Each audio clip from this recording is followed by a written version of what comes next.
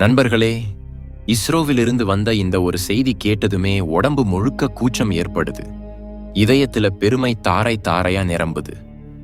Chandrayaan 2 launch ஆகி இப்போ முழுக்க 6 வருஷங்கள் ஆகி போச்சு.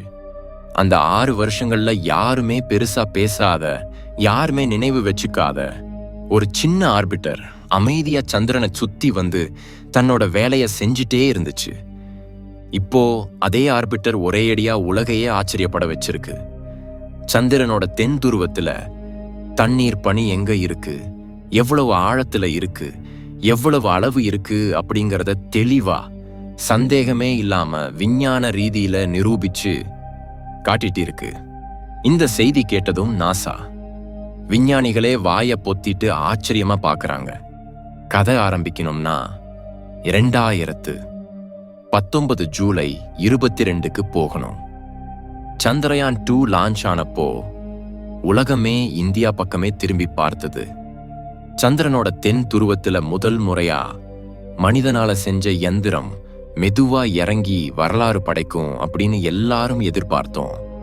ஆனா செப்டம்பர் 7 ராத்திரி விக்ரம் லேண்டரோட தொடர்பு துண்டாகிடுச்சு. நாடே ஏமாற்றத்துல மூழ்கிடுச்சு. சோஷியல் மீடியாவில் இனி முடிஞ்சது, மிஷன் ஃபெயில் தான் மட்டுமே பேச்சு. பல பேர் அந்த மிஷனையே மறந்துட்டாங்க. ஆனா இஸ்ரோ அப்படி விட்டுடல.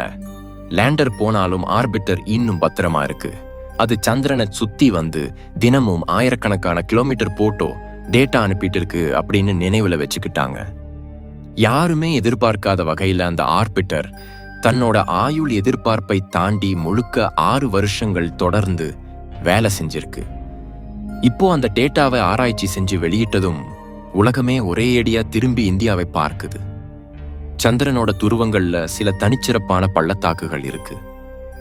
அந்த பள்ளங்கள்ல பில்லியன் வருஷங்களா சூரிய ஒளியே ஒரு தடவையும் படல. வெப்பநிலை -200 டிகிரிக்கும் கீழே இருக்கும். அதனால அங்க தண்ணீர் ஆவி கெட்டியா பனிக்கட்டியா மாறி நிரந்தரமா சேமிச்சிருக்கு அப்படின்னு விஞ்ஞானிகள் யூகிச்சாங்க. ஆனா அந்த பள்ளங்கள் எப்பவும் இருட்டா இருக்கிறதால சாதாரண கேமராவில் ஒன்றும் தெரியாது. அதுக்காகவே இஸ்ரோ ஆர்பிட்டர்ல ஒரு அற்புதமான ரேடார் வச்சிருந்தாங்க. அதோட பேர் dual frequency synthetic aperture radar.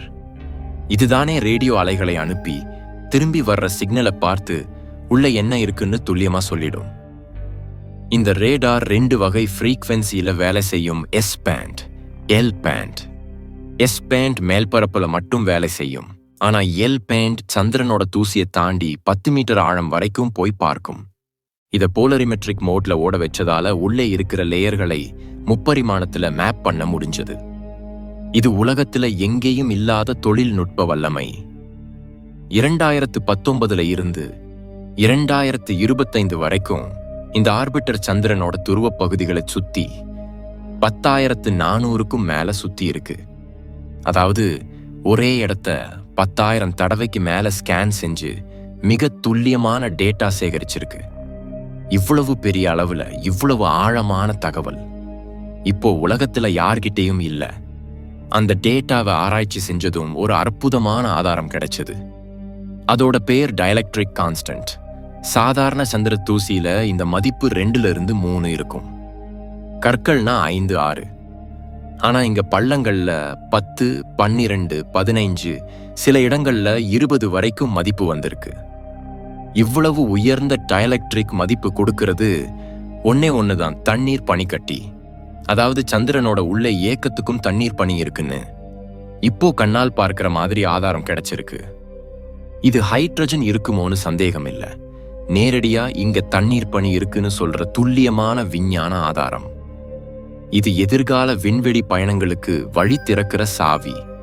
இந்த தண்ணீர் பனி இருக்கிற இடங்களோட துல்லியமான மேப் இப்போ இந்தியா கிட்ட இருக்கு. இனி சந்திரன்ல யாராவது நிரந்தர தளம் அமைச்சாலும் அந்த தளம் எங்க அமைக்கணும்னு இந்தியாவோட தான் பேசணும்.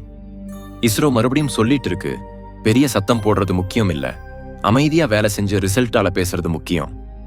சந்திரயான் 2 ஆர்பிட்டர் இது ஒரு உண்மையான இந்திய காவியம். நாசா பல தசாப்தங்களா சந்திரனோட துருவங்கள்ல ஹைட்ரஜன் இருக்குமோன்னு மட்டுமே சந்தேகப்பட்டுட்டு வந்துச்சு. ஆனா இஸ்ரோ நேரடியா இங்க தண்ணீர் பனி இருக்கு விஞ்ஞான ரீதியில நிரூபிச்சு உலகத்துக்கு காட்டிட்டு இருக்கு. இது ஒரு கண்டுபிடிப்பு மட்டும் இல்ல, எதிர்கால விண்வெளி பயணங்களுக்கு மைல்கல்லு. இந்த தண்ணீர் பனி ஏன் இவ்வளவு முக்கியம்? இதை எலக்ட்ராலிசிஸ் செஞ்சா ஒரு பக்கம் சுவாசிக்க ஆக்சிஜன், மறுபக்கம் ராக்கெட் எரிபொருளுக்கு ஹைட்ரஜன் கிடைக்கும். அதாவது சந்திரன்லயே எரிபொருள், தண்ணீர், காற்று எல்லாத்தையும் தயாரிச்சுக்கலாம். பூமியிலிருந்து பெரிய பெரிய டேங்குகள், சிலிண்டர்கள் தூக்கிட்டு போக வேண்டிய அவசியம் எதிர்காலத்துல பெரிய அளவுல குறையும். சந்திரன் ஒரு ரிஃப்யூலிங் ஸ்டேஷனா, ஸ்பேஸ் பெட்ரோல் பங்கா மாறப்போறான். செவ்வாய், வியாழன் அமைப்பு, இன்னும் தொலைவில் உள்ள மிஷன்களுக்கு இது ஒரு கேம் சேஞ்சர். அமெரிக்கா தன்னோட ஆர்டெமிஸ் திட்டத்துக்கு $60 செலவு பண்ணிட்டு இருக்கு. மெயின் டார்கெட் இந்த தண்ணீர் பனி தான். சீனா தன்னோட சாங்கே தொடர்கள்ல இதுக்காகவே ரேஸ்ல இருக்கு. ஆனா 6 வருஷம் முன்னாடி லான்ச் பண்ணின சந்திரயான் 2 ஆர்பிட்டர் கிட்டயே இந்தியா இந்த அபாரமான புதையலை எங்க இருக்குன்னு துல்லியமா கண்டுபிடிச்சு மேப் தயாரிச்சுட்டு இருக்கு. இது இஸ்ரோவோட இன்ஜினியரிங் திறமைக்கும் குறைந்த செலவுல பெரிய ரிசல்ட் எடுக்கிற ஸ்ட்ராட்டஜிக்கும் ஒரு பெரிய உதாரணம். இந்திய விண்வெளி ஆராய்ச்சி நிறுவனம் இஸ்ரோ ஒரு சின்ன அமைதியான ஆர்பிட்டர் கிட்ட மனித குலத்தோட எதிர்காலத்தையே மாத்திட்டு இருக்கு. இது சந்திரயான் 2 மிஷனோட ஹை ரெசல்யூஷன் ஆர்பிட்டர். இந்த ஒரு கண்டுபிடிப்பு இந்தியாவுக்கு 3 பெரிய நீண்டகால பலன்களை தந்திருக்கு. முதல்ல, மிக மேம்பட்ட தொழில்நுட்பத்துல இந்தியா மறுபடியும் உலக தலைவரா நிக்குது.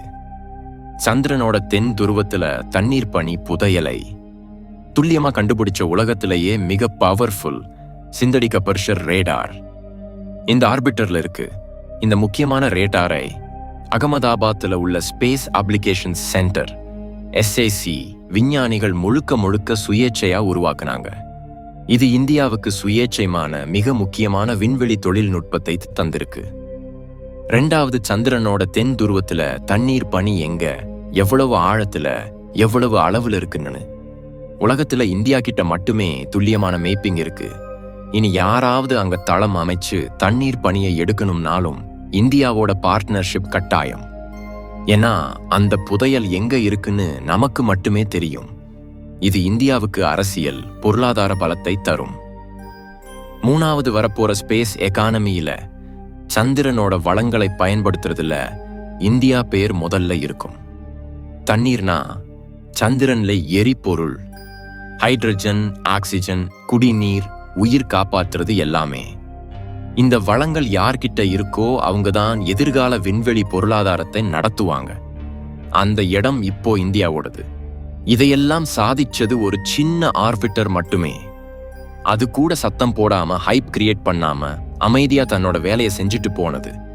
சந்திரயான் 3 லேண்டிங் வரலாறு படைச்சு உலகை ஒரே அடியா கவர்ந்தது உண்மைதான். ஆனா சந்திரயான் 2 ஆர்பிட்டர் அமைதியா மனித குலத்தோட எதிர்காலத்தையே மாத்திட்டு இருக்கு. இது வெறும் இந்தியர்களோட பெருமை மட்டும் இல்ல, உலக விண்வெளி விஞ்ஞானத்துக்கு இந்தியா கொடுத்த அபூர்வமான அளவிலா பரிசு. அமைதியா வேலை செஞ்சு ரிசல்ட்டால பேசுறது, இதுதான் இஸ்ரோவோட அடையாளம். இதுதான் புதிய இந்தியாவோட ஸ்டைல். அப்போ நண்பர்களே, இஸ்ரோ சாதிச்ச இந்த மாபெரும் வெற்றி பத்தி நீங்க என்ன நினைக்கிறீங்க? உங்க கருத்து என்னன்னு கமெண்ட்ல சொல்லுங்க. இது மாதிரி இன்ஃபர்மேட்டிவ் வீடியோக்களுக்கு இப்பவே எங்க சேனலை சப்ஸ்கிரைப் பண்ணிக்கோங்க. பக்கத்துல இருக்கிற பெல் ஐகானையும் ஆக்டிவேட் பண்ணிக்கோங்க. அப்போ எங்க வீடியோக்கள் ஒன்றும் மிஸ் ஆகாம நீங்களே முதல்ல பார்க்கலாம். இந்த வீடியோ இத்தனை நேரம் பார்த்துருக்கீங்கன்னா உங்களுக்கு பிடிச்சிருக்கும் அப்படின்னு நினைக்கிறேன். இப்போ ஸ்கிரீன்ல தெரிகிற வீடியோவும் ரொம்ப இன்ட்ரெஸ்டிங்கா இருக்கும். ஒரு தடவை கிளிக் பண்ணி பாருங்க, நிச்சயம் பிடிக்கும்.